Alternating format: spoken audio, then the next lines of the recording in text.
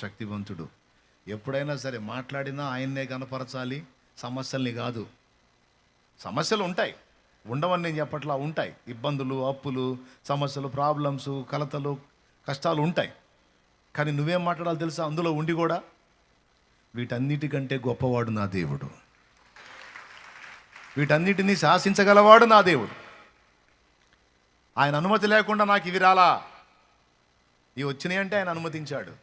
అనుమతించిన వాడే నా ప్రార్థన ఆలకిస్తాడు, వాటిని తొలగిస్తాడు, నాకు జయమిస్తాడు. కొంతమంది సమస్యలతో నువ్వు బాధపడుతుంటే, సమస్యలతో నువ్వు ఉంటావు కదా, నువ్వు దేవుణ్ణి బట్టి ధైర్యం తెచ్చుకుంటుంటే పక్కన వాళ్ళు వచ్చి ఆడవటం ఎక్కువ చేస్తారు.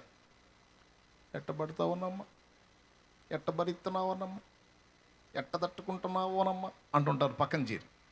అప్పుడేం చేస్తావు? ఎమ్మటే నువ్వు కూడా ఏడప మొదలు పెడతావా? అప్పుడు నువ్వు అనాల్సింది తెలుసా? ఎట్ట పడుతున్నావు అన్నమ్మా, నువ్వు ఎట్ట ఫీల్ అవుతున్నావు, నేను బాగానే ఉన్నానమ్మా, ఎందుకంటే నాకు తోడై ఉన్నోడు నమ్మదగిన వాడమ్మా. ఇన్ని కాదమ్మా, ఇంకా ఇన్ని అయినా సరే వాటి నుంచి బయటికి తేగలడమ్మా, చచ్చిన వాళ్ళని కూడా తిరిగి లేపగలడమ్మా, మళ్ళీ నాకు చూపగలడమ్మా.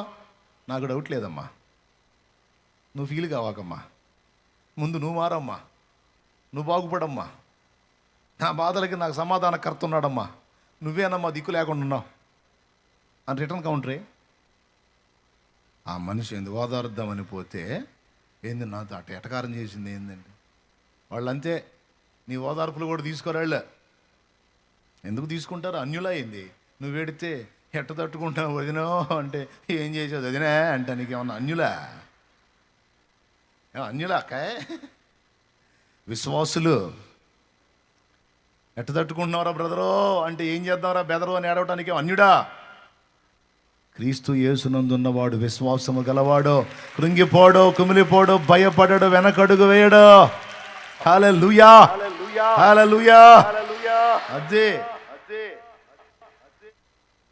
చివరికి ఆనోళ్లే వచ్చి చెప్పాలా, నిజంగా నువ్వు అసలు అన్ని బాధల్లో ఉంటే ఎట్ట బయటపడతావు అనుకున్నాం, కానీ భలే బయట వేసాడా దేవుడు నిన్ను అని ఆనోళ్లే అనాలా. చేస్తాడు. కాబట్టి విశ్వాసంతో నింపబడిన వారై ఉండండి, నిశ్చయత గలవారై ఉండండి. ప్రార్థన చేసేటప్పుడు కూడా పొందానని నమ్మండి. అవసరమైతే లేని వాటిని కూడా. ఒకసారి